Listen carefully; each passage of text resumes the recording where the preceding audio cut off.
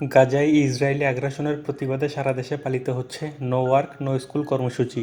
সোমবার 7 এপ্রিল সকাল থেকে ক্লাস পরীক্ষা বর্জন করে ধর্মঘট পালন করছে রাজধানী ঢাকাসহ সারা দেশের বিভিন্ন শিক্ষা প্রতিষ্ঠানের শিক্ষার্থীরা।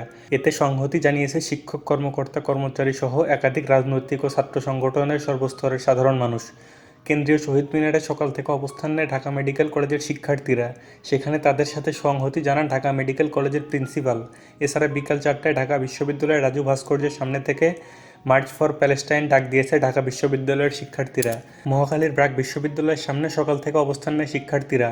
স্লোগান আর বিভিন্ন প্ল্যাকার্ডে গাজায় গণহত্যা বন্ধের দাবি জানায় তারা। গাজায় হামলা নিয়ে বিশ্বের পরমাণু শক্তিগুলোর নিশ্চুপ অবস্থানের সমালোচনা করেন তারা। এক কথায় পুরো দেশের সর্বস্তরের মানুষেরা সকল জেলায় জেলায় পালিত করছে এই কর্মসূচিকে। নো ওয়ার্ক নো কর্মসূচি পালন হচ্ছে আমাদের পুরো দেশ জুড়ে। শুধু আমাদের দেশ ছাড়াও বিশ্বের আরও বিভিন্ন দেশে পালিত হচ্ছে ফিলিস্তিনিদের হত্যা বন্ধের জন্য নানা ধরনের বিক্ষোভ কর্মসূচি।